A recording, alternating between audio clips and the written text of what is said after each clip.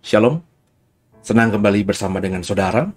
Dalam program Living in Wisdom ini kita akan coba membahas tentang topik-topik yang menarik yang bisa kita pelajari lebih dalam lagi dan memperkaya wawasan kita. Kalau kita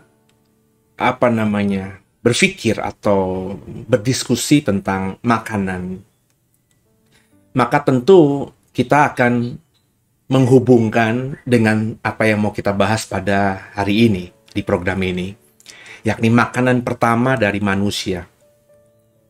Sebenarnya ketika Tuhan menciptakan manusia itu, makanannya apa sih? Kenapa sekarang ini jadi berkembang sedemikian rupa, sehingga makanan yang seharusnya menjadi makanan pokok manusia itu menjadi berbeda di hari-hari ini, di generasi kita, di akhir zaman ini.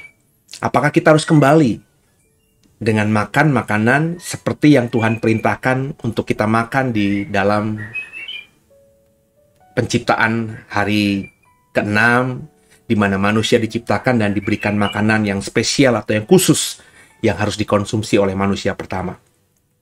Nah, coba kita akan bahas pada program ini, dan saya berharap lewat program ini semua bisa memahaminya dan akhirnya bisa mengerti dan bersikap lebih bijaksana lagi dalam hidup kita. Yuk, siapkan diri kita.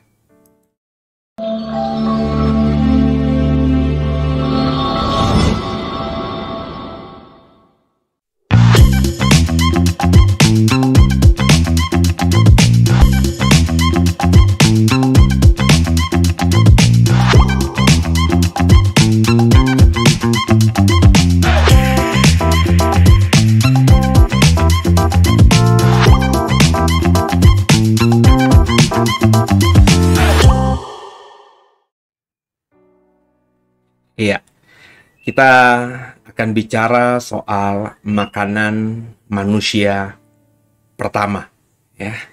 Dan ini topik yang cukup menarik karena saya di beberapa tahun yang lalu itu diberikan pemahaman, diajarkan oleh beberapa rekan untuk ada baiknya kita kembali mengkonsumsi apa yang memang Tuhan perintahkan untuk dikonsumsi manusia, terutama pada saat ketika Tuhan setelah menciptakan manusia. Mereka berargumentasi bahwa dengan mengkonsumsi itulah yang terbaik buat tubuh manusia. Ya, makan daging merah, makan daging, makan hal-hal yang bukan dari makanan yang ditentukan oleh Tuhan di awal penciptaan manusia, itu katanya merusak tubuh kita. Apakah demikian? Ya, saya sedang tidak pro dan kontra terhadap satu doktrin soal makanan dalam komunitas Kristen. Ya, saya cuma membagikan apa yang saya tahu. Tentu meskipun referensinya Alkitab, saya harus akui ini tafsiran saya. Ya, saya selalu harus akui bahwa apa yang saya ajarkan baik di dalam program Digital The Warriors ini maupun dalam khotbah-khotbah saya, ya itu tafsiran, saudara. Ya. Jadi kalau tafsiran, ya ada besar kemungkinan saya kilaf, salah, dan bisa juga kemungkinan saya benar. Makanya saya selalu berkali-kali dengan objektif dan juga belajar untuk bijaksana, untuk menekankan kepada saudara jangan cepat mengaminkan suatu apapun yang disampaikan oleh orang apapun di dalam pelayanannya. Jadi didengar saja, kemudian coba didalami sendiri, ditanyakan kepada Tuhan, sehingga akhirnya saudara menemukan jawaban yang langsung daripada Tuhan. Jadilah orang Kristen yang seperti jemaat Kristen di Kisah Rasul di kota Berea, yang habis mendengarkan pengajaran kemudian menyelidikinya lebih dalam lagi secara mandiri. Nah, saudara, saya mengajak saudara untuk menjadi orang yang dewasa, ya. Nah, sama-sama kita coba ikuti apa yang saya pahami, yang saya mau bagikan kepada saudara pada program ini soal makanan manusia pertama. Kalau kita bicara mengenai makanan pertama dari manusia, maka ayatnya pasti jelas. dari kitab Kejadian pasal pertama tentunya. Karena penciptaan langit dan bumi itu dikisahkan di Kejadian pasal pertama. Di Kejadian pasal pertama ayat ke-29, Alkitab mengatakan demikian. Berfirmanlah Allah, lihatlah, aku memberikan kepadamu segala tumbuh-tumbuhan yang berbiji di seluruh bumi, dan segala pohon-pohonan yang buahnya berbiji, itulah akan menjadi makananmu.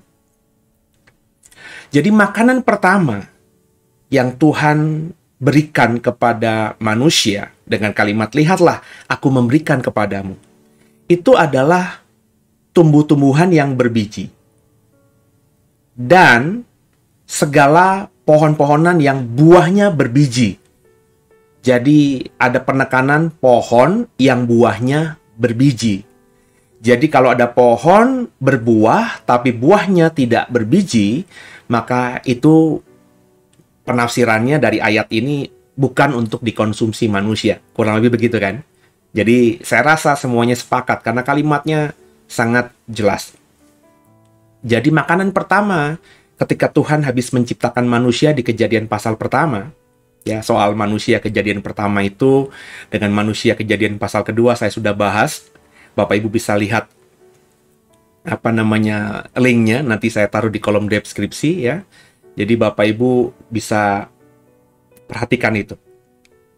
Jadi ketika Tuhan menciptakan manusia, inilah digambar ya, di ilustrasi gambar saya bisa berikan ya.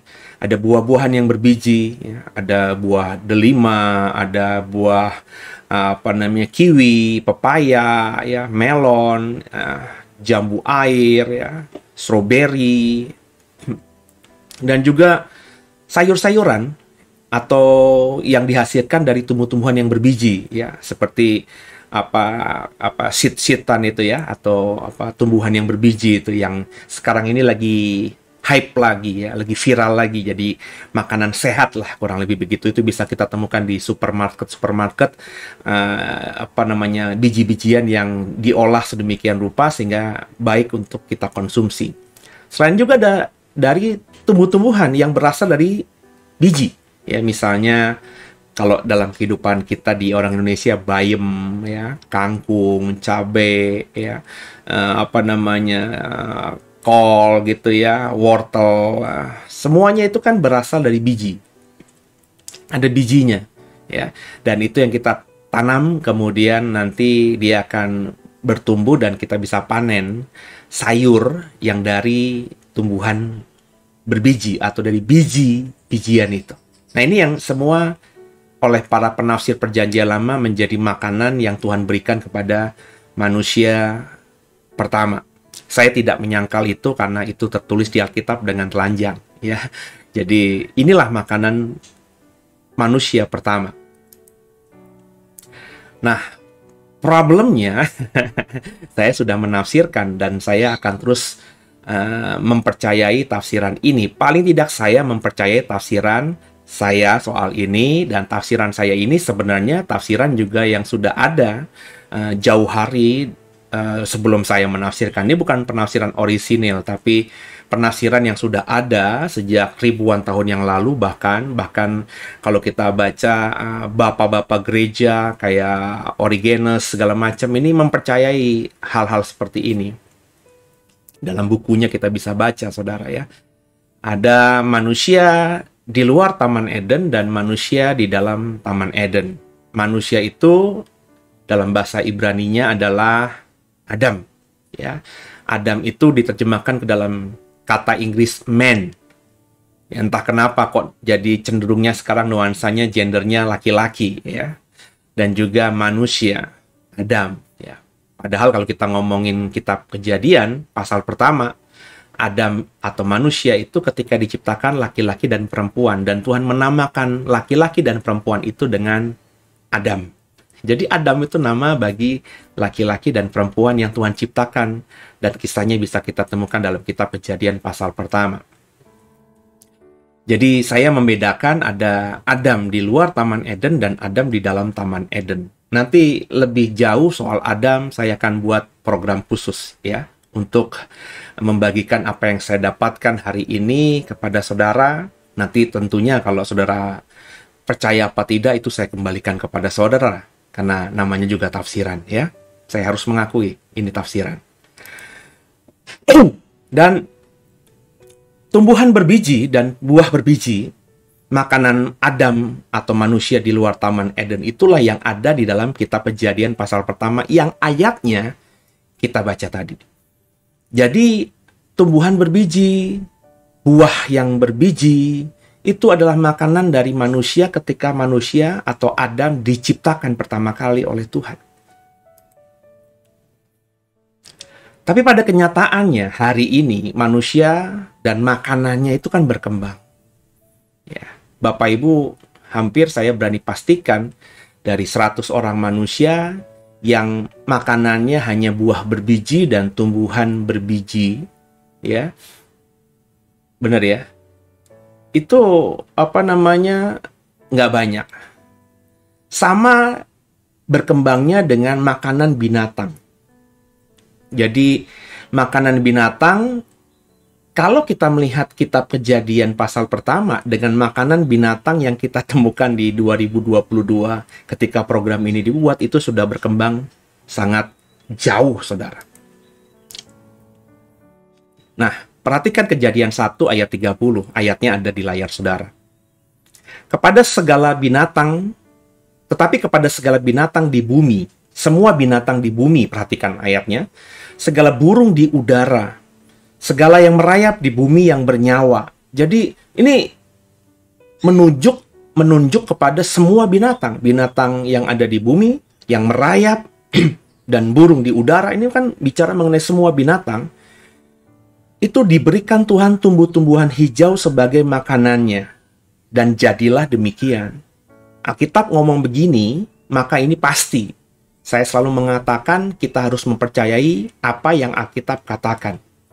Alkitab mengatakan bahwa semua binatang, baik yang ada di bumi, yang merayap, maupun yang burung-burung terbang di udara, itu semuanya ketika diciptakan Tuhan, diberikan makanan tumbuh-tumbuhan hijau. Pertanyaannya lewat gambar ini, pernah lihat semua binatang makanannya daun-daunan atau tumbuhan hijau? Pernah lihat singa makanannya itu rumput-rumputan? Kalau sekali-kali makan rumput, mungkin bisa dipahami. Kayak saya punya anjing, saudara. Nah, anjing ini namanya Stanford gitu ya. Kalau dia merasa perutnya mules, dan saya lihat memang dia, maafkan saya, kotorannya cair, mencret gitu ya. Dia kalau saya bawa keluar, dia selalu mencari rumput-rumputan atau daun bambu gitu. Dan tampaknya dari mata saya, dia mengambil dengan mulutnya daun-daun itu dan menelannya, mengunyahnya. Dan entah kenapa setelah itu dilakukan, kalau tidak parah sekali ya, itu mencretnya bisa hilang. Kalau parah tentu akhirnya saya kasih obat tertentu yang bisa meredakan mules dan diarenya ini. Jadi untuk satu kasus, dua kasus, memang ada binatang makan daun-daunan. Tapi saya tidak melihat ya semua binatang itu sekarang ini makan hanya dari tumbuh-tumbuhan hijau. Ya. Jadi maksud saya ada perkembangan dari makanan binatang ini. Contoh misalnya dari binatang-binatang yang ada di rumah saya. Kalau Bapak Ibu ikuti program Deep Talk with Pase atau saya merekam dalam Living in Wisdom, sebentar lagi mungkin kadang-kadang ada suara burung-burung. Saya pelihara cukup banyak burung jumlahnya, tapi hanya 2 spesies di rumah saya. Pertama burung falk, itu orang bilang menyebutnya kakatua kecil ya. Lebih besar dari lovebird tapi lebih kecil dari kakatua. Itu makanannya biji-bijian. Ya. Tapi sering saya kasih kangkung juga. Ya, karena itu yang saya dapatkan ilmunya dari para peternak di mana saya membeli burung ini sebelumnya. Jadi makanan utamanya biji-bijian, ada biji kenari, ada biji-bijian lain ya saudara ya, yang kita beli kayak millet merah, millet putih gitu ya. Itu semua biji-bijian, dan juga ada jagung kadang-kadang dikasih juga, dan kangkung. Artinya burung ini tidak makan tumbuh-tumbuhan hijau, yakni kangkung terus-menerus. ya. Karena bahkan kata para peternak yang menernakan burung falak ini nggak bagus kalau dikasih kangkung sebagai makanan utamanya. Makanan utamanya adalah biji-bijian. Berarti dari satu burung yang saya pelihara atau binatang yang saya pelihara di rumah saja, itu tidak lagi makan tumbuh-tumbuhan yang daunnya hijau. Kemudian ada burung murai batu yang saya pelihara. Ada beberapa ekor, belasan lah saudara ya. Saya belajar untuk menternakan tapi belum berhasil. Itu makanan utamanya jangkrik saudara. Ya. Ada ulat Hongkong, ada kroto, ada cacing tanah. Itu kali-kali yang selain jangkrik itu saya combine gitu ya. Tapi juga ada pur, yakni makanan yang memang dibuat dari pabrik gitu. Dan saya tidak pernah dapat referensi burung murai batu saya ini harus dikasih makan tumbuhan hijau. Jadi saya nggak pernah kasih kangkung, saya nggak pernah kasih bayam. Saya nggak pernah kasih tumbuh-tumbuhan hijau itu. Artinya, burung murai yang saya pelihara sekarang ini makanannya bukan lagi tumbuhan hijau seperti yang Tuhan perintahkan ketika Tuhan menciptakan burung-burung di udara. Terus binatang yang ketiga, ya saya kalau bilang ini sebenarnya bukan binatang tapi anak saya juga karena sudah saya anggap anak karena saya sayang banget sama dia, namanya Stanford. Jenis anjing Golden Retriever ya. Ini anjing ini makannya daging ayam, daging sapi, daging babi, tulang-tulangnya, dan memang makanan konsumsi utamanya adalah dog food, saudara, yang dibuat di pabrik. Tapi tidak makan hijau, ya. Dia mungkin suka, ya sekali-kali kalau saya masak capcay, saya kasih ada sayuran hijau di sana, tapi itu bukan menjadi makanan utamanya dia.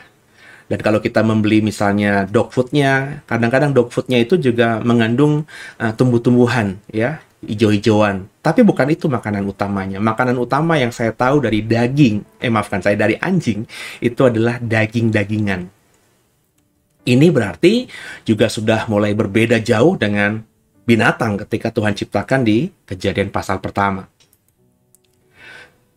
Pertanyaannya, kok nggak semua binatang makan daun? Seperti yang Tuhan perintahkan kepada binatang-binatang ketika Tuhan menciptakan. Coba dipikirin, saudara. Dalam beberapa diskusi ketika saya masih jadi mahasiswa dan ketika saya bahkan sudah menjadi dosen, ada diskusi bahwa binatang-binatang itu berubah makanannya karena dosa. Karena dosa itu merusak manusia dan juga dunia, ekosistem di bumi tempat manusia tinggal, maka gara-gara dosa manusia, semuanya jadi rusak. Termasuk binatang-binatang. Sehingga binatang-binatang yang tadinya makanannya adalah tumbuhan hijau, sekarang ini semuanya sudah berubah. Jadi katanya, alasan yang saya bisa dapatkan, binatang sekarang ini makanannya bukan tumbuhan hijau karena dosa. Dosalah yang merubah habitat, merubah karakter, merubah kebiasaan, dan merubah pola makan dari binatang-binatang yang sekarang ini di 2022 masih bisa kita temukan. Tapi saya selalu berkata demikian, kasihan banget dong binatang itu. Sebab binatang itu tidak berdosa. Yang berdosa itu kan manusia, dalam hal ini Adam dan Hawa yang ada di Taman Eden karena tidak tunduk pada perintah yang Tuhan berikan. Untuk tidak makan buah dari pohon pengetahuan baik dan jahat. Iblis membujuk rayu manusia sehingga akhirnya Adam dan Hawa makan, itu fakta Alkitab. Yang dosa manusia, lalu kenapa yang berdampak kutukan dosa itu kepada binatang-binatang juga? Kan nggak fair, saudara. Tuhan saja berkata bahwa ada orang cacat yang memang Tuhan izinkan, bukan karena dosa orang tuanya. Sebab dipertanyakan, ketika dalam satu kasus, ada orang cacat, kata orang-orang ahli Taurat, orang Farisi, orang ini berdosa, ya. Dosa dari mana dia, sehingga dia cacat seperti ini? Dan kata Tuhan bukan dari dosa orang tuanya. Tuhan bilang ya dosa orang tua, dosa orang tua, dosa anak, dosa anak. Setiap orang menanggung dosanya sendiri. Jadi kalau misalnya bapak saya berdosa saja, itu tidak serta-merta dosanya turun kepada saya. Saya yang berdosa tidak serta-merta turun kepada anak saya. Kalau anak saya tidak melakukan hal yang sama, maka dia lepas dari dosa itu. Apalagi kalau dia sudah percaya kepada Mesias, kepada Yesus. Jadi masakan dosa manusia ini juga ditimpakan kepada binatang-binatang, sehingga akhirnya binatang-binatang itu hidupnya keluar jauh dari manusia. Maafkan saya, dari pemberian makanan ketika pertama kali Tuhan ciptakan makanan untuk mereka, yakni tumbuh-tumbuhan hijau. Nah, coba juga berpikir lagi, kenapa nggak semua binatang makan daun? Alasan pertama tadi karena dosa. Kalau benar, kasihan banget dong binatang. Binatang nggak berdosa tapi kena kutuk dosanya. Yang salah manusia, kenapa binatang juga akhirnya menjadi susah? Ya. Ada yang kedua, dari pemikiran, dari diskusi-diskusi sederhana dengan para teolog, para mahasiswa, para dosen, ya. Itu makanan bukan saja manusia tapi juga binatang itu berubah sejak zaman air bah. Ketika air bah itu terjadi di zaman Nuh, maka berubahlah ekosistem dunia ini sehingga semuanya berevolusi, ya, menyesuaikan diri dengan keadaan yang ada pasca air bah. Tampaknya rasional, saudara. Tapi coba bayangkan, setelah air bah itu kan daun masih jarang, karena semua permukaan bumi tertutup air, maka tentu ketika kering, nggak banyak tumbuhan yang hijau. Ya. Makanya burung gagak itu ya hanya menemukan jaitun, daun jaitun. Tidak menemukan, tidak mengambil daun-daunan lain, karena memang daun jaitun atau pohon jaitun termasuk buah yang sangat, atau pohon yang sangat kuat menghadapi cuaca apapun, ya. Sehingga direndam air bertahun-tahun pun, ya, mungkin bisa hidup. Apalagi air bah tidak sampai hitungan tahun, saudara. Jadi setelah air bah, daun itu masih jarang. Ketika kering sekalipun, kan butuh proses panjang untuk bumi mengeluarkan lagi tumbuh-tumbuhan hijaunya. Maka akhirnya katanya burung terpaksa makan ulat. Karena burung tadinya makan daun, kata perintah Tuhan di Kejadian 1, menemukan habis dari air bah, keluar dari bahtera, kemudian burung tidak menemukan daun, maka burung berevolusi, ya, memakan apa yang bisa dia makan. Memakan gajah tentu nggak bisa, karena burung lebih kecil, gajah lebih besar. Dia makan ulat yang lebih kecil, serangga. Makanya burung saya makannya jangkrik, ya, cacing, serangga-seranggaan, gitu ya. Tapi logika ini nggak masuk, saudara. Kenapa? Kalau burung itu makan ulat karena burung tidak menemukan daun, mestinya semua ulat di 2022 hari ini nggak ada lagi. Kenapa?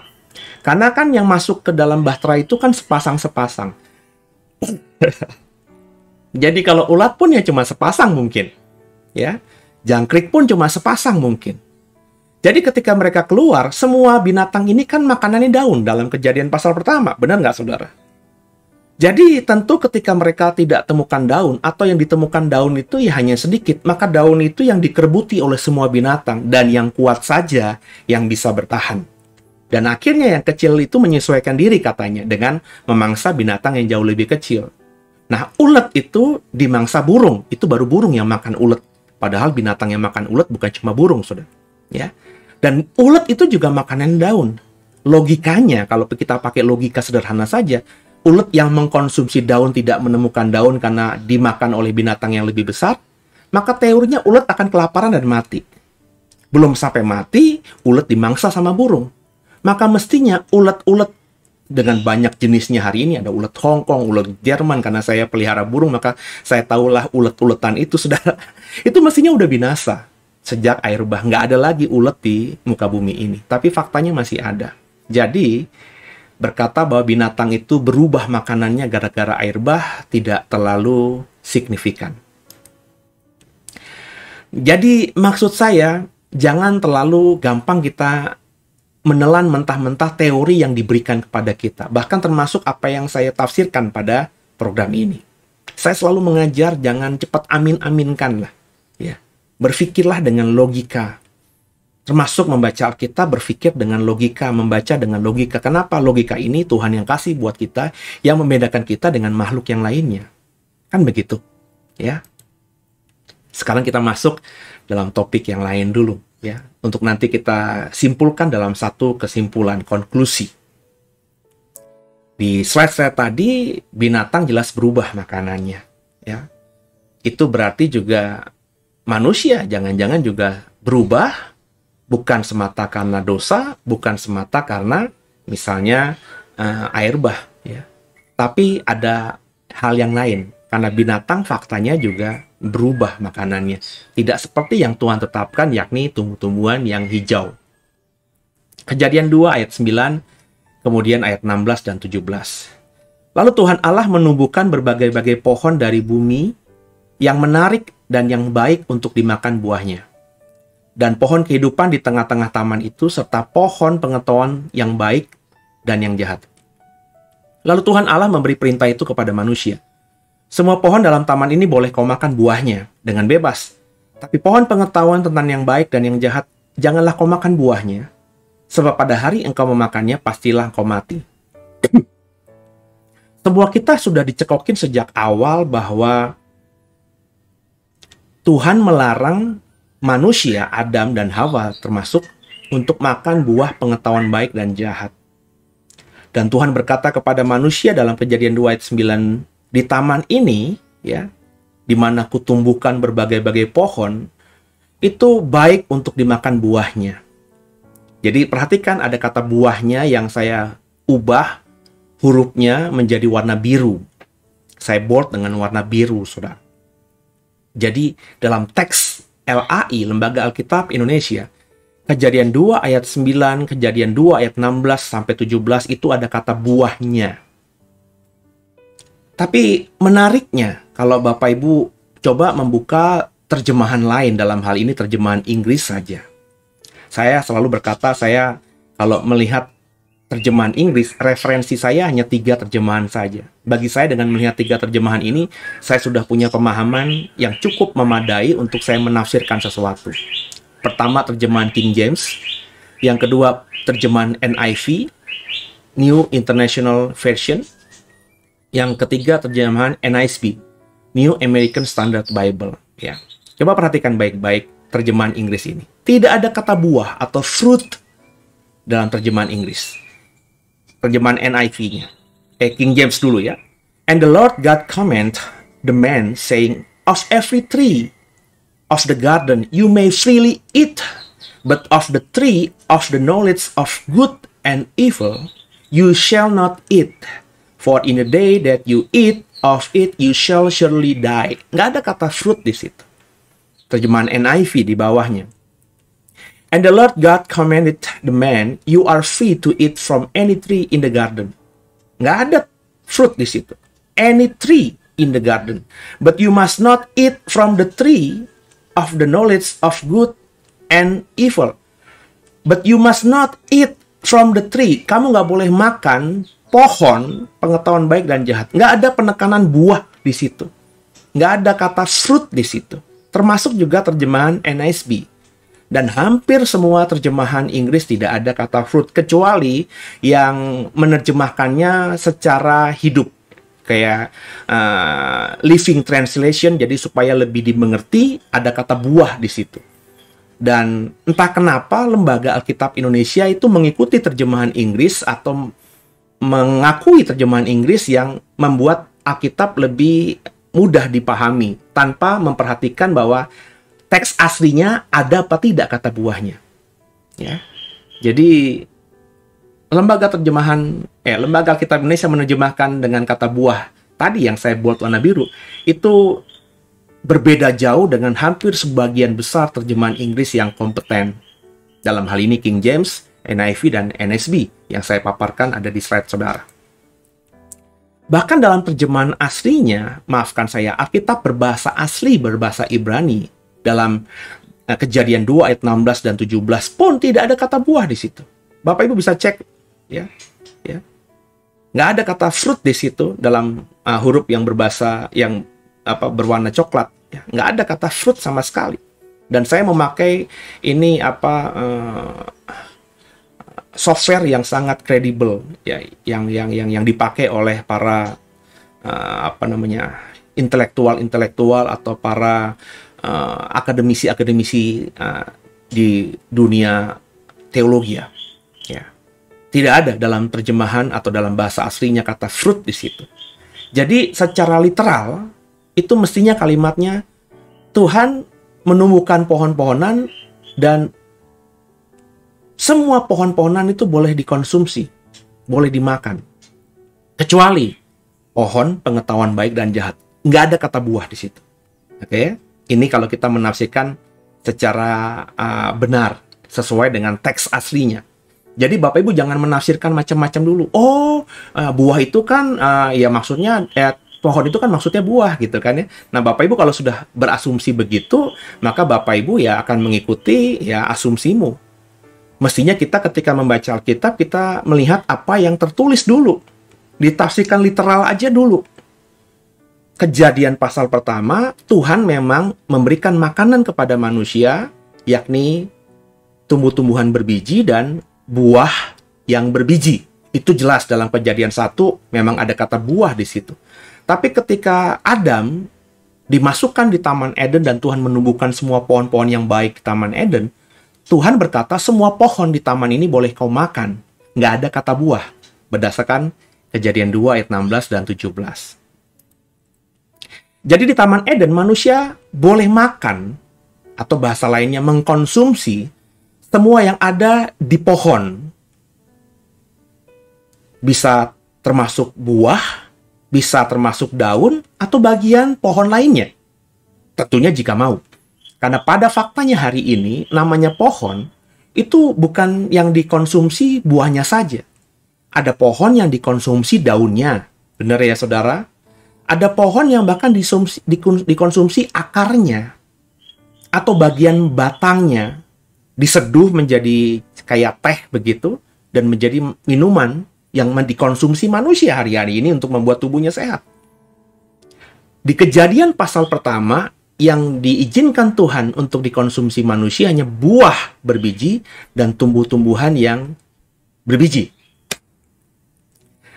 Ketika masuk ke Taman Eden, perintahnya, kamu boleh makan semua pohon, kecuali pohon pengetahuan baik dan jahat. Jadi tidak lagi sekedar tumbuhan berbiji yang boleh dimakan manusia, tidak sekedar pohon yang buahnya berbiji yang boleh dimakan oleh manusia, dalam hal ini Adam dan Hawa ketika ada di Taman Eden. Tapi semua pohon boleh dimakan atau dikonsumsi. Jadi jika diperhatikan sudah ada perbedaan makanan manusia di antara Kejadian pasal pertama ayat 29 dengan Kejadian 2 ayat 9 dan juga 16-17. Ya, sekali lagi ya, saya paham banget. Ya, sebab banyak orang yang ngomong, ya Kejadian 2 kan untuk menjelaskan Kejadian 1. Itu yang saya bilang, dulunya saya menafsirkan begitu. Jadi penafsiran seperti itu saya sudah paham benar. Ya. Tapi sekarang saya coba membaca dengan angle yang lain. Dan ketika saya buka pemahaman saya nggak pakai referensi dari kitab-kitab lain yang tidak kanonik, yang bukan di Alkitab kita loh. Bapak Ibu boleh cross-check setiap saya mengajar, saya tidak pernah melandaskan ajaran saya dari buku-buku di luar Alkitab. Saya mengajak kita coba untuk membaca teksnya. Ada perubahan. Nggak ada kata buah yang boleh dikonsumsi. Semua pohon boleh kau konsumsi. Di pohon itu bukan cuma buah. Ada batang, ada akar, ada daun, ada ranting. Dan kata Tuhan, kalau memang mau, silahkan dikonsumsi, kata Tuhan, nggak ada larangan, kecuali pohon pengetahuan baik dan jahat saja. Nah, referensinya adalah pohon kehidupan. Pohon kehidupan itu juga di Taman Eden ada. Selama ini kita berpikir bahwa pohon kehidupan atau pohon-pohonan di Taman Eden itu yang dimakan, dikonsumsi adalah buahnya saja. Padahal kalau mau jujur, pohon kehidupan itu pun bukan cuma buah yang berfungsi untuk membuat manusia sehat dan kenyang. Tapi kalau kita lihat, ya kalau referensinya kita Kejadian pasal pertama tadi kan hanya buah yang berbiji saja yang dimakan. Maka kalau ngomong pohon kehidupan, maka mestinya dimakan adalah buahnya. Tapi rupanya pohon kehidupan yang sama yang ditemukan di dalam kitab Wahyu. Kalau kau baca nanti kitab Wahyu tentang langit baru, bumi baru di surga nanti, itu ada pohon-pohon kehidupan yang ada di sekitar aliran sungai kehidupan yang ada di surga. Yang berbuah 12 kali dalam setahun, dan daunnya bisa menyembuhkan bangsa-bangsa. Jadi daunnya itu juga bermanfaat. Berarti ketika kita memahami pohon kehidupan di kitab Wahyu bukan cuma buah tapi daunnya yang bermanfaat, berarti ketika dalam kitab Kejadian pasal kedua, ketika Tuhan berkata, semua pohon di dalam taman ini boleh kau makan kecuali pohon pengetahuan baik dan jahat, maka kita bisa menafsirkan bahwa Tuhan mengizinkan bukan cuma buah yang dimakan, tapi daun-daunnya juga. Karena pada faktanya, salah satu pohon di dalam taman itu, yakni pohon kehidupan, daunnya pun bermanfaat untuk menyembuhkan bangsa-bangsa.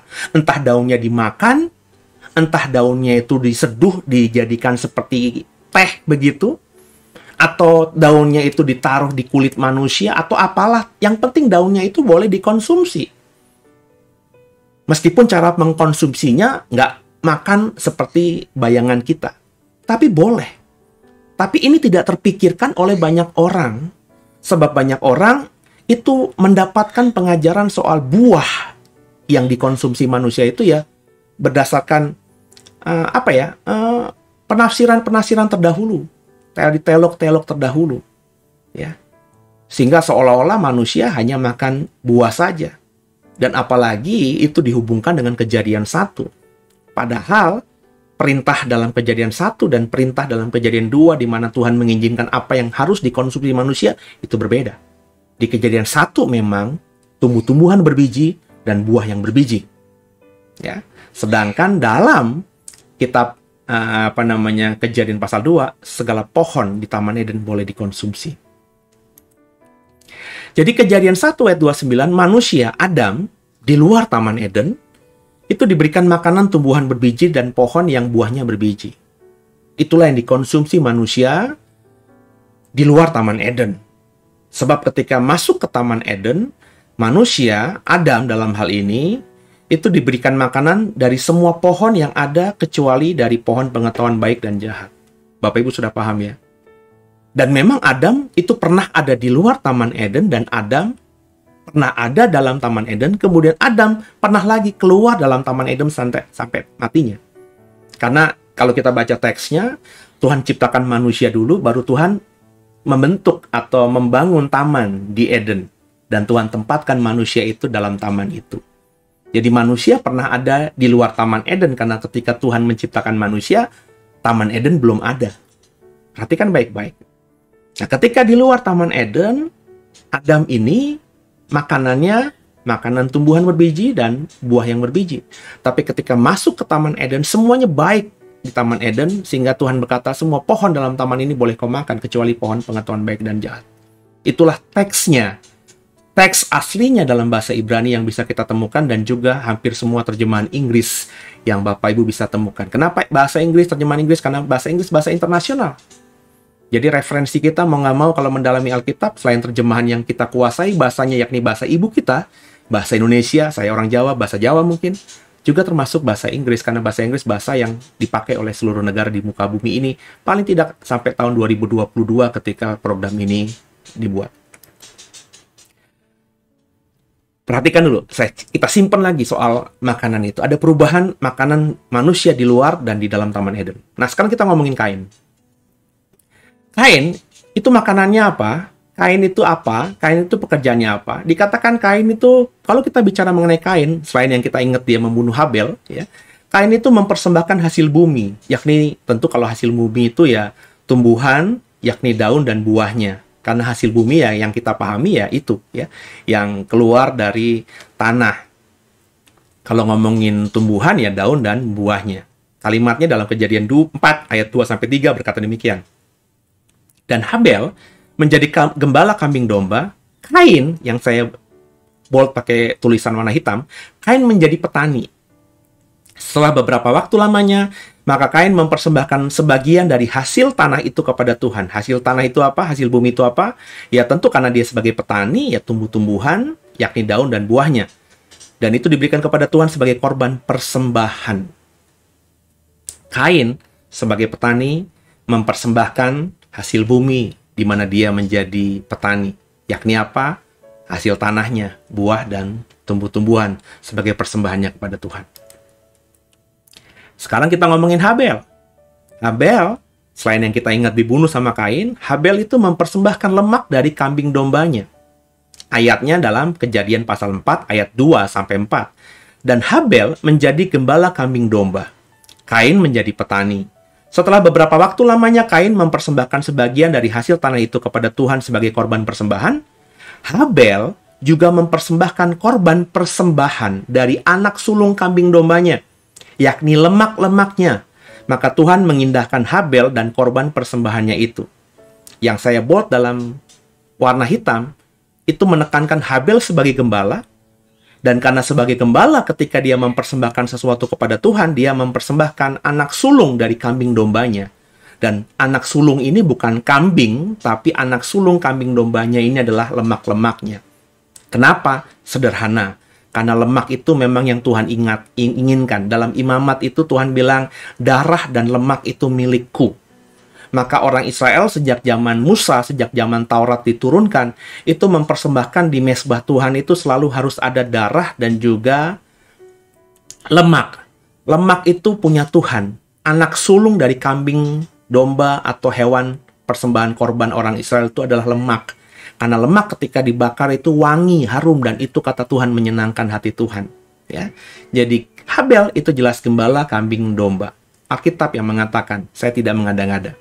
Bukannya gembala sapi, tapi gembala kambing domba. Nah, pertanyaannya, apa gunanya Habel menggembalakan kambing domba? Maksud saya begini loh, kalau Kain itu petani, maka sebagai petani kan dia menghasilkan hasil bumi, yakni tumbuh-tumbuhan, buah dan daun-daunannya tadi. Maka untuk apa tumbuh-tumbuhan yang dihasilkan dari panennya itu? Tentu untuk dikonsumsi, dimakan. Tidak terlalu bertentangan dengan apa yang ada di Kejadian pasal 1 dan apa yang ada di Kejadian pasal 2. Jadi, yakni makan buah kan nggak dilarang. Makan daun-daunan, tumbuh-tumbuhan kan juga nggak dilarang. Jadi Kain mengusahakan sesuatu untuk membuat dia bisa hidup, karena itu menjadi makanannya, dan dia mempersembahkan untuk Tuhan dari apa yang dia hasilkan itu. Nah, sekarang pertanyaannya, pernah nggak saudara tanyakan itu, apa gunanya buat Habel? Kenapa Habel itu mengembalakan kambing dombanya? Coba pikirin deh, saudara. Yang saya tahu, di 2022 ketika program ini saya buat, hasil dari domba itu apa? Kita nggak ngomongin kambing ya, domba saja ya. Domba itu yang didapatkan adalah bulu atau kulitnya. Jadi baju, wool, kain wool. Ya, bulu domba itu kan bisa menjadi kain penghangat. Sejak zaman dulu sudah itu ada. Ya. Kemudian susunya. Sebab ada yang menjual sekarang susu kambing, ya, susu domba. Kita orang Indonesia terbiasa minum susu sapi. Tapi ternyata kambing dan domba pun punya susu, dan susunya itu baik untuk dikonsumsi. Tentu yang terakhir dagingnya. Sate kambing, sate domba, kebab, ya. Dan makanan-makanan yang berasal dari Timur Tengah itu kebanyakan dari domba. Jadi dagingnya dikonsumsi. Coba pikir. Hasil dari Kain bertani, itu semua dikonsumsi dan diberikan persembahan untuk Tuhan lewat hasil panennya itu. Habel jadi gembala. Yang didapatkan dari mengembalakan kambing domba itu, kalau dia gembala yang hidup di 2022, ya bulu, susu, dan dagingnya. Tapi kalau kita merefer Kejadian pasal 1, kan manusia tidak diberikan perintah Tuhan untuk makan binatang. Jadi kalau misalnya Bapak Ibu berpikir Habel itu tidak makan binatang, apa gunanya Habel mengembalakan kambing dan domba? Masa dia mengembalakan kambing dan domba hanya supaya anak sulung dari kambing dombanya, yakni lemak-lemaknya, dipersembahkan kepada Tuhan? Lalu dia makan apa dong? Oh, dia makan sayur-sayuran. Lah kalau begitu kenapa dia jadi gembala? Kenapa nggak dia jadi petani saja sekaligus nyambi jadi gembala? Tapi Alkitab saya mengatakan Habel adalah gembala kambing domba. Pekerjaan utamanya itu. Berarti kalau pekerjaan utamanya itu seperti sekarang saudara punya pekerjaan utama, dari pekerjaan utama itulah kau bisa hidup. Benar tidak? Ya, jadi coba kita belajar berpikir sedikit kritis, saudara. Jadi semua tadi bukan makanan. Maksud saya kambing domba itu kalau kita refer Kejadian 1 dan Kejadian 2 bukan makanan. Ya. Pertama, kalau tidak boleh dikonsumsi, untuk apa digembalakan oleh Habel? Yang kedua, pertanyaan yang mestinya harus diajukan. Kalau Habel mengkonsumsi kambing dan domba, kalau Habel mengkonsumsi daging kambing dan domba, bagaimana dengan Adam, Hawa, dan Kain? Oh enggak, Jadi Habel saja yang makan itu, Adam dan Hawa dan Kain hanya makan buah-buahan berbiji dan tumbuh-tumbuhan yang berbiji. Apakah begitu, saudara? Karena mereka masih tinggal berempat dan rumahnya tidak jauh. Ya, apakah Habel tidak berkata, ini enak banget ini, daging dombanya, wah, mantep, top markotop gitu ya. Apakah papa mamanya dan kakaknya ini tidak tergoda untuk makan kambing domba juga? Dan kalau semua akhirnya kita sepakati mengkonsumsi daging kambing domba hasil gembalaan dari si Habel, bagaimana mereka tahu bahwa daging kambing domba itu bisa dimakan? Kan itu pertanyaannya. Karena sejak awalnya Tuhan hanya kasih perintah makan buah berbiji dan juga tumbuhan berbiji. Lalu Habel itu dapat inspirasi dari mana? Sehingga dia akhirnya mau jadi gembala, dan dia dapat ilham dari mana bahwa domba dan kambing itu bisa dikonsumsi. Nangkep ya, saudara ya? Ini kan kalau kita membaca Alkitab jangan telan mentah-mentah, harus ditanyakan dulu. Dari mana informasi bahwa kambing domba itu dagingnya bisa dimakan? Nah, sebenarnya kita kalau membaca Alkitab dengan sungguh, kita bisa menemukan meskipun tidak tersurat, tapi tersirat, saudara. Dalam ilmu tafsir itu kita bisa mendapatkan sesuatu yang tersirat juga. Tuhanlah yang mengizinkan manusia makan daging, dalam hal ini daging kambing dan domba. Karena itulah yang jadi pekerjaan Habel, gembala kambing dan domba. Ya, ayatnya jelas dalam Kejadian 3 ayat 21, tersirat. Dan Tuhan Allah membuat pakaian dari kulit binatang untuk manusia dan istrinya, lalu mengenakan kepada mereka. Ketika Adam dan Hawa takut sama Tuhan karena mereka tak telanjang, mereka bersembunyi. Lalu kemudian kita tahu Tuhan membuat, ayat ini berkata, pakaian dari kulit binatang. Sebelumnya ketika Adam dan Hawa belum ketemu sama Tuhan, tapi mereka sudah makan buah pengetahuan baik dan jahat dan mereka menjadi malu satu dengan lainnya. Kejadian 3 ayat 7 ayatnya. Maka terbukalah mata mereka berdua dan mereka tahu bahwa mereka telanjang, lalu mereka menyemat daun pohon ara dan membuat cawat. Jadi mereka ambil daun ara yang sudah ada di Taman Eden itu, terus mereka merangkainya sedemikian rupa dan membuatnya sebagai cawat untuk menutupi, maafkan saya, alat kelamin mereka mungkin. Tapi kemudian Tuhan datang dan membuat pakaian dari kulit binatang. Kulit binatang. Ketika hewan disembelih, maka kita mendapatkan kulit. Saya bilang tadi di slide sebelumnya, orang yang menjadi gembala kambing domba hari ini, itu menggembalakan kambing domba karena salah satunya kalau ngomongin kambing dan domba, kulitnya itu bisa menjadi sesuatu yang berharga. Ya. Domba terutama bisa menjadi pakaian dan lain sebagainya. Maka orang mau menjadi gembala kambing domba. Karena bisa jadi bahwa bulu domba itu jauh lebih mahal daripada dagingnya. Jadi Tuhan ketika membuat pakaian Adam dan Hawa dari kulit binatang, pertanyaan saya, dari mana kulit binatang itu? Meski saudara mungkin bisa berargumentasi, Tuhan kan maha. Kun fayakun, muncul kulit binatang, maka muncullah kulit binatang. Tuhan bilang jadi pakaian, maka jadilah pakaian. Memang kalau itu jawabanmu, saya tidak bisa membantah karena Tuhan itu maha yang saya percayai dan imani. Dia sanggup melakukan apapun. Tapi yang saya pelajari di Alkitab tuh Tuhan tuh ya tidak semerta-merta membuat semuanya seperti itu. Apalagi ketika pakaian itu dibuat oleh Tuhan, Tuhan ingin mengenakannya kepada manusia. Tentu manusia ingin diberikan pemahaman, diberikan pengajaran oleh Tuhan. Jadi kulit binatang yang jadi pakaian manusia itu tidak langsung jadi pakaian bagi saya, tapi ada proses, yakni pembunuhan binatang tersebut. Karena kulitnya diambil, tentu binatangnya harus dibunuh. Itu cenglinya, logikanya begitu. Ya. Berarti Adam dan Hawa mungkin melihat bagaimana Tuhan dengan ajaibnya. Saya nggak tahu apakah Tuhan menampakkan diri dengan tubuh manusia juga atau dengan kekuatan supranatural. Ada binatang yang terbunuh, darahnya dicurahkan. Kemudian kita tahu akhirnya keturunan Israel itu memahami bahwa kalau mau meminta ampun kepada Tuhan harus ditebus dengan korban darah binatang. Itu yang didapatkan di Taurat. Saya yakin ini yang diajarkan turun-temurun dari mana? Dari Adam dan Hawa. Kenapa Adam dan Hawa dapat pemahaman seperti ini? Mungkin, sekali lagi, tersirat meskipun tidak tersurat. Ketika Tuhan membunuh binatang, Adam mungkin bertanya, kenapa kau bunuh binatang yang ada dalam Taman Eden ini?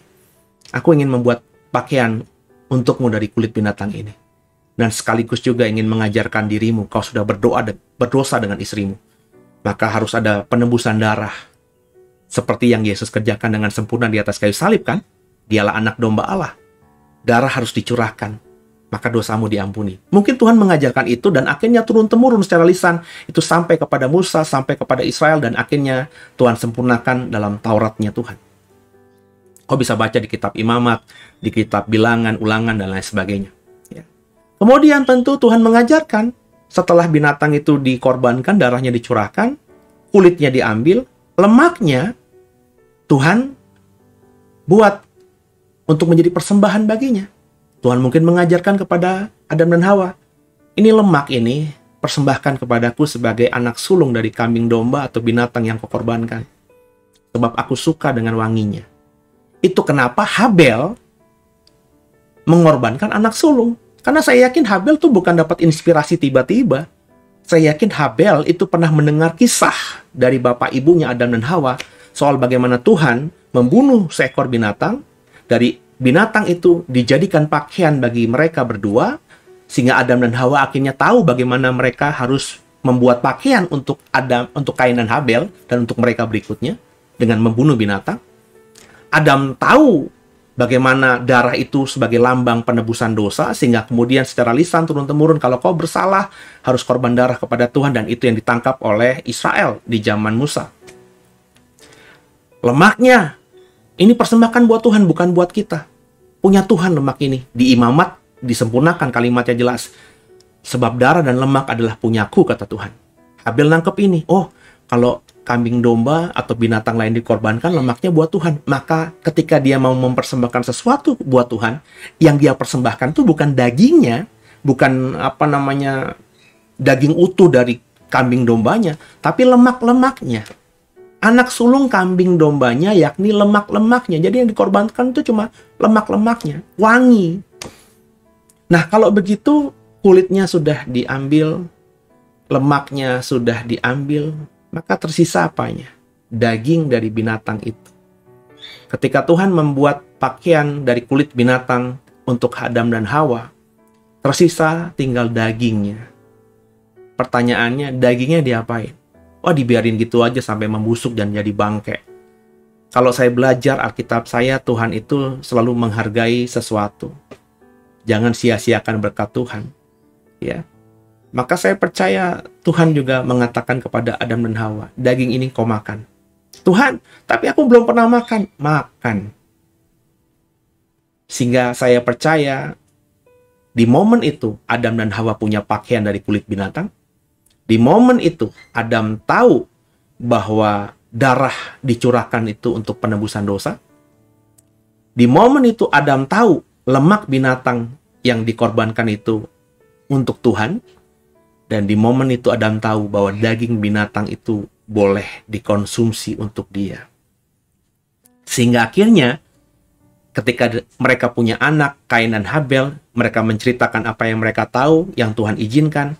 Habel dapat pemahaman. Oh, kalau begitu, ini makananku, maka untuk bisa membuat makananku ini selalu ada setiap aku mau, aku harus menggembalakannya. Aku harus merawatnya. Aku harus mengkembangbiakannya. Maka jadilah Habel gembala kambing domba. Karena Habel tahu bulunya bisa buat pakaian dia, lemaknya Tuhan suka, dan dagingnya bisa dikonsumsi untuk kebutuhan hidupnya sehari-hari. Jadi sejak di Taman Eden, bagi saya, manusia sudah makan daging binatang. Jadi kalau ada yang beranggapan bahwa Adam dan Hawa ketika di Taman Eden itu makanannya hanya biji-bijian, tumbuhan berbiji dan buah berbiji, itu kurang tepat. Itu memang ada sebagai makanan manusia pertama dalam Kejadian 1 ayat 29. Ayatnya jelas, saya nggak bantah itu. Tapi itu terjadi sebelum Adam masuk ke Taman Eden. Sebab ketika Adam dibawa masuk ke Taman Eden, perintahnya bukan kamu boleh makan buah-buahan berbiji dan tumbuh-tumbuhan berbiji yang kutumbuhkan di Taman Eden. Tuhan nggak ngomong begitu. Tuhan ngomongnya, semua pohon yang ada di Taman Eden ini boleh kau makan. Tapi jangan pohon pengetahuan baik dan jahat. Nggak ada kata buah di situ. Adam di Taman Eden bagi saya, berdasarkan tafsiran tadi, bukan cuma mengkonsumsi buahnya atau biji-bijian semata, tapi sudah mengkonsumsi apapun yang dihasilkan dari pohon. Mungkin daunnya, mungkin batangnya, mungkin akar-akarannya, umbi-umbiannya. Kayak orang Indonesia suka makan singkong, ubi. Itu kan bukan dari tumbuhan berbiji. Itu kan juga bukan biji-bijian. Itu adalah umbi-umbian. Di Kejadian pasal 1 itu bukan dikonsumsi manusia. Nggak boleh dikonsumsi manusia. Tapi di dalam Kejadian pasal 2, Tuhan berkata, semua pohon di taman ini boleh kau makan. Itu kenapa akhirnya saya dihubungkan dengan proses manusia yang makanannya berbeda hari ini dengan Kejadian pasal 1. Karena di Taman Eden, Tuhan memang merubah perintahnya. Kenapa merubah perintahnya? Ya, karena Tuhan tahu manusia sudah siap. So, bisa bayangin, saya ngebayangin gini, ketika Tuhan ciptakan manusia, terus Tuhan bilang, itu ada sapi, makan. Manusia mungkin bingung cara makan sapi. Akhirnya sapi mungkin dimakan, digigit begitu, ya nggak mati-mati lah sapi Manusia belum punya pemahaman yang seperti itu, jadi by proses panjang. Jadi kamu makan itu dulu lah, biji-bijian. Kamu makanlah buah-buahan berbiji, karena tinggal petik langsung makan. Nah, ketika akhirnya manusia sudah semakin dewasa, punya pemahaman, dan terlebih ketika ditempatkan di Taman Eden, maka Tuhan bilang, bukan cuma buah, semuanya boleh. Daun juga bisa kok. Ada akar-akaran yang bisa kau konsumsi juga. Ada umbi-umbian yang bisa kau makan juga. Bahkan ketika Adam dan Hawa sudah jatuh dalam dosa, masih di Taman Eden loh ya, belum di luar Taman Eden, masih di dalam Taman Eden, ketika jatuh dalam dosa, Tuhan bilang, ini daging binatang ini boleh kau makan. Karena habis kubunuh dia. Kulitnya kujadikan pakaian untuk kalian berdua. Darahnya ingat ya, setiap korbankan darah dari binatang, darah itu untuk penebusan dosa. Lemaknya untuk aku persembahkan, maka Habil melakukan hal itu. Tahu dari mana Habil? Dari cerita bapak ibunya. Dan dagingnya mulai konsumsi. Jadi bagi saya, kalau ada yang berkata sekarang ini Adam dan Hawa makanannya di Taman Eden hanya tumbuhan berbiji dan buah berbiji, kalau menurut saya tidak sesuai dengan apa yang saya pahami sekarang ini. Kalau ada yang masih terus kekeh percaya dengan itu, ya monggo. Itu penafsiran. Saya menafsirkannya dengan cara yang berbeda. Karena saya melihatnya dengan angle yang berbeda. Apakah saya sesat? Coba pertimbangkan. Yang saya paparkan tadi hanya ayat-ayat Alkitab. Saya tidak membaca dengan cara saya berimajinasi liar. Saya bahkan membuat saudara paham dari bahasa aslinya, dari terjemahan-terjemahan lain. Bahwa ketika Adam ditaruh di Taman Eden, tidak ada perintah hanya makan buah yang boleh. Semua pohon boleh kau makan buahnya.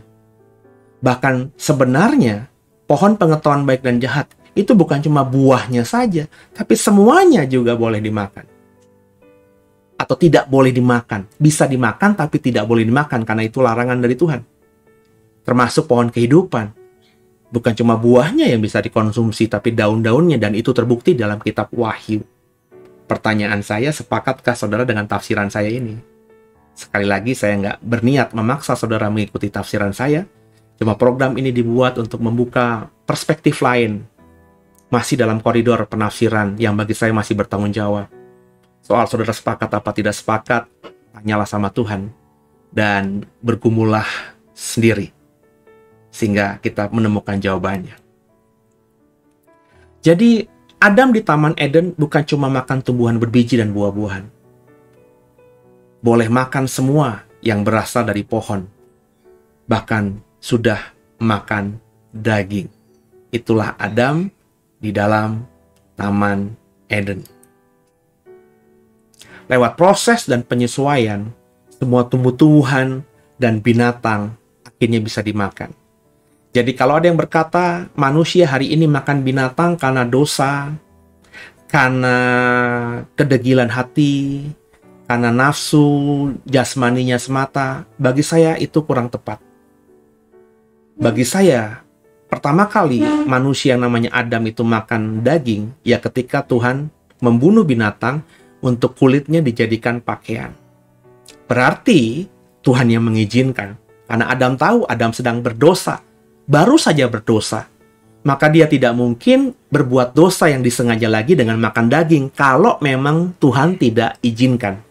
Nangkap ya? Adam kan lagi ketakutan ini. Karena dia habis makan buah pengetahuan baik dan jahat. Bagaimana mungkin dia habis berbuat dosa dan dia tahu dia salah, kemudian dengan sengaja di depan Tuhan, dia makan daging dari hewan binatang yang dibunuh Tuhan karena kulitnya dijadikan pakaian untuk mereka berdua. Wah, kan konyol. Di depan mata Tuhan berbuat dosa, sengaja berbuat dosa. Maka daging itu dimakan karena Tuhan izinkan. Kalau kita baca perjanjian baru, ya, dengan ucapan syukur, semua itu baik adanya untuk dikonsumsi. Bukan yang masuk ke dalam mulut yang najis, tapi kata Tuhan yang keluar dari mulut kita yang najis. Jadi, keselamatan dalam iman Kristen bukan soal makanan. Soal makanan, kata Paulus, tidak membuat, bahkan kata Tuhan Yesus juga, tidak membuat kita semakin dekat dengan Tuhan. Makanan juga tidak membuat kita jadi jauh dari Tuhan. Asal semua dikonsumsi yang baik untuk kita. Maksud saya, sekarang ini ada dokter, Bapak Ibu sakit, kolesterol tinggi, jangan makan A, B, C, D, kata dokter, kata medis. Berarti meskipun itu boleh dimakan, tapi karena kata dokter nggak bagus bagi tubuhmu karena mereka sudah punya penelitian dan lain sebagainya, ya sebaiknya yang baik untuk dimakan itu jangan dimakan. Karena nggak semua yang baik itu baik untuk kita konsumsi. Tapi pada prinsipnya semuanya boleh dimakan, asal dengan ucapan syukur. Sebab kata Tuhan, nggak akan menambah kau semakin dekat denganku, nggak membuat kau juga semakin jauh dariku. Makanan itu tidak membuatmu najis. Jadi saudara, jangan lagi terlalu menempatkan makanan-makanan tertentu membuat kita katanya semakin intim dengan Tuhan. Nggak ada itu. Nggak ada itu. Sekarang ini pilihan saudara saja. Saudara mau makan daging-dagingan saja atau tumbuh-tumbuhan berbiji atau buah-buahan. Kalau saya, karena ada ilmu pengetahuan, ada ilmu pergizian, saya sekarang ini belajar untuk coba makan sayur-sayuran, biji-bijian.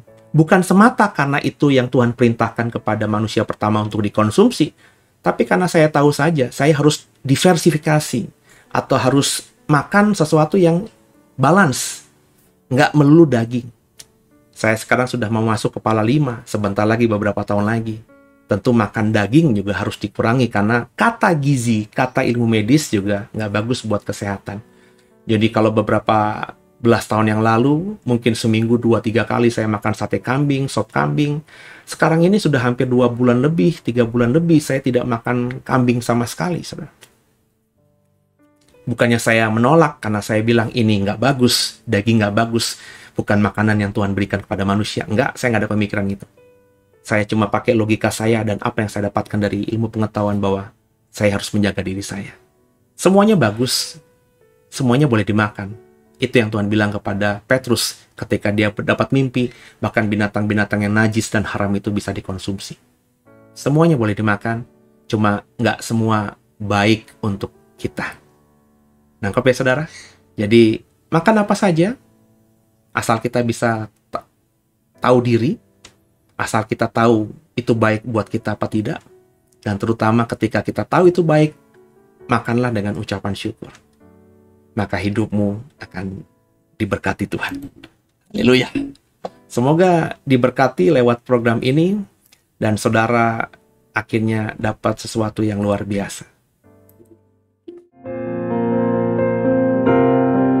Walau 1000 rebah di sisiku, kau tetaplah Allah penolongku. Walau 10.000 rebah di kananku, takkan ku goyah sebab Yesus sertaku. Ya, demikian program ini saya bagikan, sehingga berharap sungguh saudara paham soal makanan manusia pertama, dan kau juga akhirnya paham tentang doktrin yang ada selama ini. Jadi, bukan masalah makanannya, ya bahkan saya sudah membagikan eksposisi saya bahwa makanan pertama memang biji-bijian, buah berbiji, tumbuhan berbiji, tapi berkembangnya manusia, semakin dewasanya manusia di Taman Eden, bukan cuma tumbuhan yang berbiji dan buah yang berbiji yang boleh dikonsumsi, tapi semua pohon. Sampai akhirnya ada momen ketika manusia jatuh dalam dosa, Tuhan membunuh seekor binatang untuk kulitnya dijadikan pakaian manusia. Tuhan yang membuat pakaian itu, karena sebelumnya manusianya menutup auratnya dengan daun ara. Kemudian tentu dagingnya diizinkan Tuhan untuk dikonsumsi. Itu kenapa akhirnya Habel jadi gembala kambing domba. Kalau Habel tidak makan daging kambing domba, aneh rasanya dia bekerja di situ. Buat apa itu semuanya?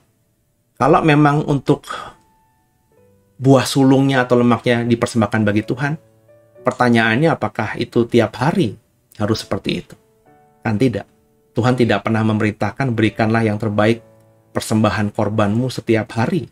Kalau kau baca bahkan nanti dalam Taurat Tuhan, hanya dalam momen-momen tertentu saja Tuhan memerintahkan manusia untuk mempersembahkan korban baginya. Nggak setiap hari.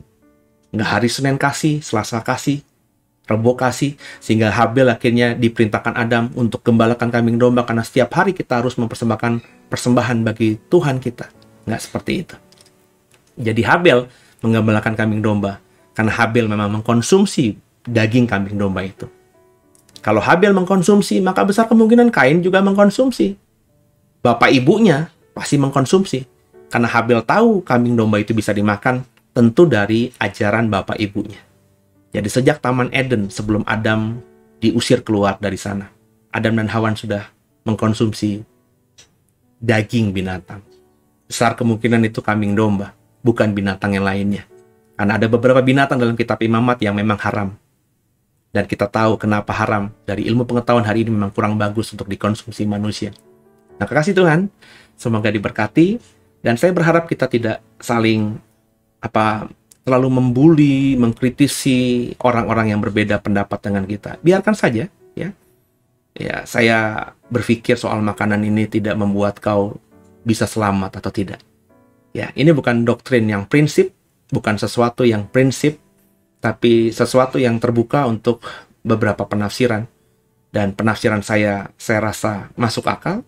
Penafsiran yang lain pun saya masih hargai. Karena apa?